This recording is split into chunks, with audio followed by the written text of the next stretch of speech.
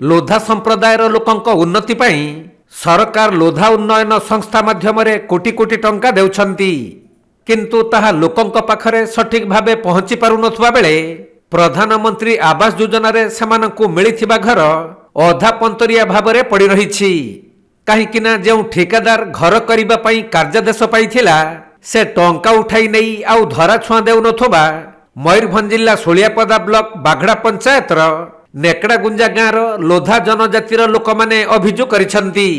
घरटा केत दिन हलानी एमती रहिछि अनकम्प्लीट हेछि वर्षे पाखापाखि काहाकू देइथिले कामटा चंदनमुखी तो बर्तमान रहउछंती केठी केला परे क्लब घरे हां वर्षे हलानी सेंती क्लब घरे रहउछंती हां कोन कहिबे सरकार को कोन अनुरोध करिवे गुहारी करिवे हमर घरटा शीघ्र टिके हे जाऊ आर के तो कई पंचायत को कई लोक आसी ना इनक्वारी घर कोन करिसन कि नहीं बोली आसेनी केही आसी ना ना ए जो घरटा कहा घर हमर पूरा गां घर पुअर पूरा गां घर कोन केते वर्ष तळे घर हितिला गोटे वर्ष हो गया कबाट झिरका वर्तमान सुधा बसी नहीं भीतर प्लास्टर ही नहीं काम निजे करथिले ना काहाकू देइथिले बापुन मुखी का गां दिया हैतिला आगे ओ सब काम सारी नहीं ना आगे बिल उठे नहीं छी घर बिल आगे सब सब शेष कर दै छी ले भी कबाट झिरका प्लास्टर सारी नहीं ना सारे नहीं केते असुविधा रहउछंती वर्तमान शीतरे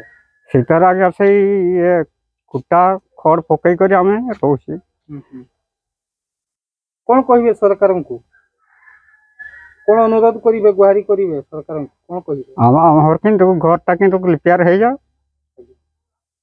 पंचायत को कई अधिकारी कर्मचारी आसंती नहीं चेक करिया पई चेक करवा के कही आसन तेबे प्राय एक वर्ष पूर्वरु सरकारी योजना रे सेमानंकु घर मिलिथिबा बेले चंदनमुखी नामक जने ठेकेदार सही घर काम सबु करुथिले हेले से घर बाबद को टंका उठाई नेबा परे अधा पंतरिया करी छाड़ी चली जाईछि काहा घरर छात पड़ी नाही काहार कबाट झरका नाही तो आउ काहार प्लास्टर काम मध्य होई नाही सेपटे तैयारी होइथिबा घरर कांथ को देखिले जल जल करी देखा जाउछि जे केते निम्न मानर काम होइछि जहा भी जेमिति काम होइछि घर गुडी को असंपूर्ण रखी संपूर्ण बिल उठाई नहीं ठिकादार आउ देखा दर्शन देउनथुबारु शीत वर्षा झड़रे खुला घरे रहिबा को बाध्य हेउछंती लोक माने ए जो आपन को ए अनकम्प्लीट घरटा केत दिन हलानी एमतिया रही वर्ष हे जीवो काम किए करथिले निजे करथिले ना काहाकू देइथिले कॉन्ट्रैक्टर को देथिले कोन पई कोन कामटा पचारथिले हां सर पचारथिले ताको कहिले से पैसा सब उठे दिया है छी से कहिला कर देबे तुम घर पैसा सब उठे नहीं छन हां 50,000 सब उठे है छी अब घरे छात नहीं आपण माने केमती रहउछंती एते शीतरे हम सासु घरे रहउछु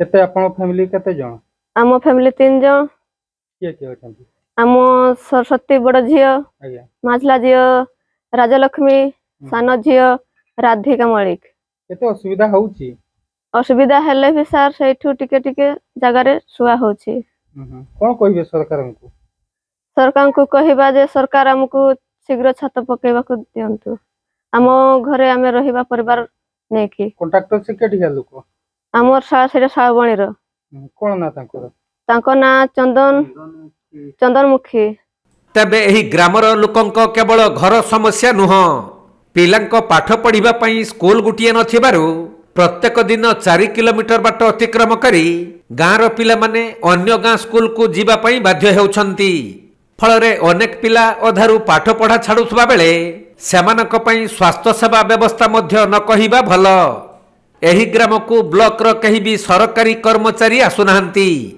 तेणु घर कामर तदारक शून होइथबा बेले सरकारी कर्मचारी और ठेकेदारंक मधुचंद्रिकारे पेशी हेउछंती लोधा जनजातिर लोक माने ए परिस्थिति रे जिला प्रशासन एही गाँ प्रति दृष्टि देबा पई ग्रामवासी माने निवेदन करिसंती मोर एतकी अनुरोध सरकार पाखरे जेतकी लुधा घर गया लुधा मान को घर दिया हैथिला गुटे वर्ष हे गला गुटे वर्ष भितरे भी कंप्लीट नै गया आउ जेतकी पैसा पत्र उठे गई से माने समस्त बिल करि दैछन आज्ञा VW आउ JRS ए माने समस्त बिल करि दैछन किंतु एमानकर घर गुटे कबाड़ नाही गुटे झरका नाही केते परिवार କରିବାର ସେମିତି ହେଇଛି ବ୍ୟବସ୍ଥା? এই আজ্ঞা এই বর্ষ মোটামুটি আমার 20-22টা খন্ডে ঘর আসিଥିଲା। ଆଜ୍ଞା 20-22টা ঘরରୁ ସବୁ ଘର ଏମିତି ଆଜ୍ଞା ରହିଛି। କବାଟ ନାହିଁ, ଝରକା ନାହିଁ, ଆଉ ପ୍ଲାଷ୍ଟର ବି ଠିକ୍ ହଉନି। ଯେତିକି ଆଜ୍ଞା ପ୍ଲାଷ୍ଟର ହେଇଛି ସବୁ ଗୁଡ଼ାକ ଫାଟିଗଲାନି।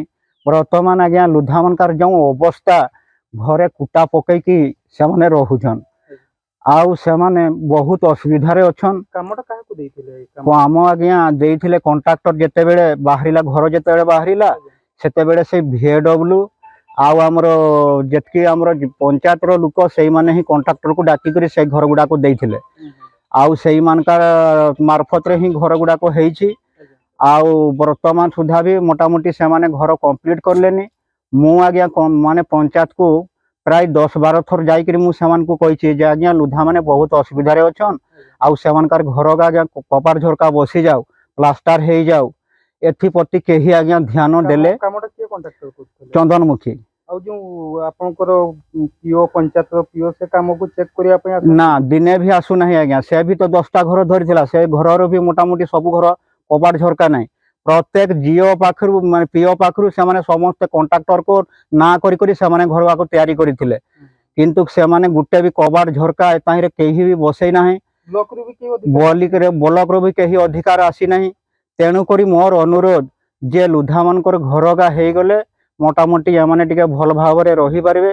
ଆଉ ଏଥିପ୍ରତି କେହି ଧ୍ୟାନ ଦେଲେନି। ଆଉ ଯୋଉ ଗାଁରେ ଆଉ କଣ କଣ ସବୁ ବ୍ୟବସ୍ଥା ଅଛି? ଗାଁରେ ସ୍କୁଲ ଅଛି? ନା ଗାଁରେ ଆଜ୍ଞା ସ୍କୁଲ ନାହିଁ। ଆମର ସ୍କୁଲ ହେଲା ମିନିମମ୍ 4 କିଲୋମିଟର ଦୂରରେ ସ୍କୁଲ ଅଛି। ଛୋଟ ଛୋଟ ଛୁଆମାନେ ସ୍କୁଲକୁ ଆଜ୍ଞା ଯାଇପାରୁନି ପାଠ ପଢିବା ପାଇଁ।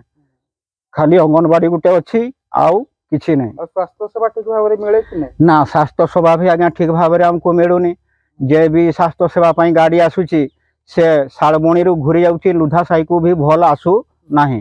ତେଣୁକରି ଏମାନେ ବହୁ ସ୍ୱାସ୍ଥ୍ୟ ସେବାରେ ବି ଅବହେଳାରେ ଅଛନ୍। ତେଣୁ ମୁଁ ସରକାରକୁ ଅନୁରୋଧ କରୁଛି ଯେ ଯେମିତି ଗୋଟେ ଛୋଟ ମୋଟ ଗୋଟେ ସ୍କୁଲ ହେଲେ ଏମାନେ କେମିତି ଟିକେ ପାଠ ଶାଠ ପଢ଼ିପାରିବେ, ଏଇ ପ୍ରତି ସରକାର ଧ୍ୟାନ ଦେଲେ ଆମେ ସବୁର ଅନୁରୋଧ କରୁଛି ଏବଂ ଆମେ ଖୁସିରେ ରହିବୁ।